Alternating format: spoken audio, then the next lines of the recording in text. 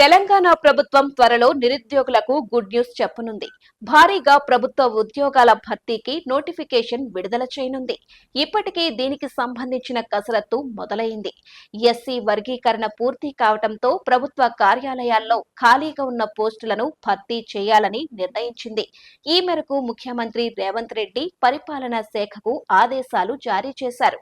ఏ శాఖలో ఎన్ని ఖాళీలున్నాయి, ఏ పోస్టులు వంటి విషయాలను తెలియజేయాలని పేర్కొన్నారు. అధికారులు ఈ సమాచారాన్ని సేకరించే పనిలో ఉన్నారు.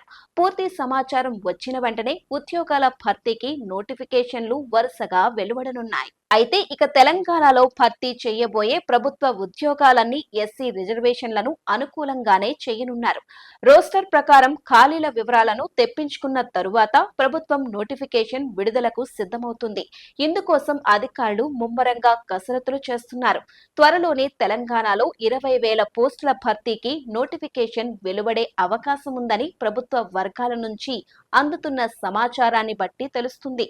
ఎన్నికల్లో కాంగ్రెస్ పార్టీ ఇచ్చిన హామీ మేరకు నిరుద్యోగులకు ఊరట కలిగించేలా ప్రభుత్వ ఉద్యోగులను వీలైనంత త్వరగా ఎక్కువ సంఖ్యలో భర్తీ చేయాలని నిర్ణయించారు.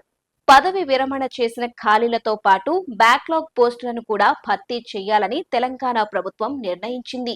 ఈ ఏడాది ఇంత భారీగా ఉద్యోగాల ప్రకటన రావడం ఇదే తొలిసారి అవుతుందని ఉన్నతాధికారి ఒకరు తెలిపారు.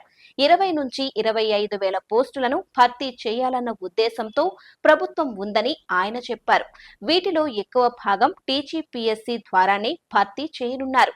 అదే పోలీస్ శాఖలో కూడా అనేక ఖాళీలను భర్తీ చేయనున్నట్లు తెలిసింది. గురుకులాలతో పాటు వివిధ ఇంజనీరింగ్ విభాగాలు, ఉపాధ్యాయ పోస్టులు 10,000 వరకు ఉంటాయని చెబుతున్నారు.